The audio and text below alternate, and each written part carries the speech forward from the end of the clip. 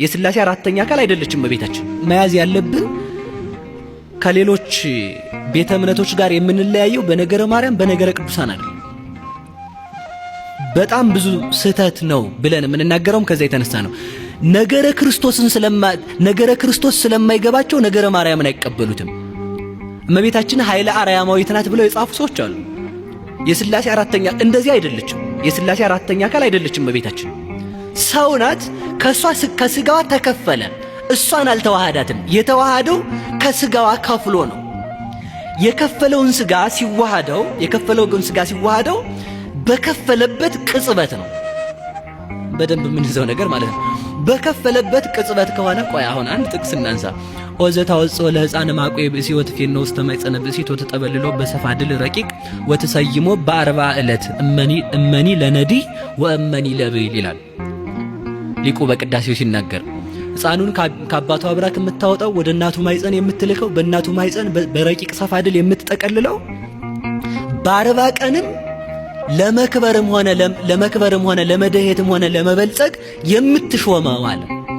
እስከ 40 ቀን አልተሾመም የሚል ጥያቄ ይነሳል። ተስሎተ መልክ በ40 ቀን ያልቃል ብለው ሊቃውንቱ ተርጉሟል። ያ ማለት እስከ 40 ቀን እጅ እየተቀጠለ እግር እየተሰካ አይን እየተደረገ ጆሮ እየመጣ እንደዛ ኩላሊት ነሳምባ ነጨጓራ ምናምን ተሰብስበው 40 ቀን የሚገቡ አይደለም።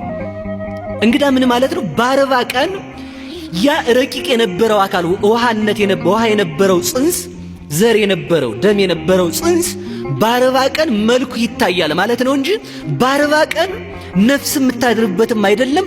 በ40 ቀን መልክ ተሰርቶ ህንፃ ሰሪ መጀመሪያ መሰረቱን ይሰራል፣ ውሃ ልክ ያወጣል፣ ቀጥሎ ቢም ያስራል፣ ቀጥሎ ግድግዳውን ይሰራል፣ ቀጥሎ የጣሪያ እንጨት ያጋድማል ያደርጋል።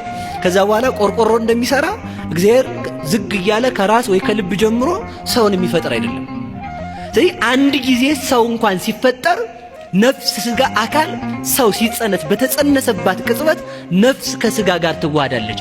ከአባት አብራክ ዘር ተከፍሎ በእናት ማኅፀን ባደረ ጊዜ አንድ ሰው እንደሚሆን የዕለት ጽንስ እንደሚሆነው ሁሉ አካላዊ ቃል ከመቤታችን ከስጋዋ ስጋ ከነፍሷ ነፍስ ነስቶ ሰው በሆነባት በዚያች ቅጽበት መለኮት ከስጋ ጋር ተዋህዷል።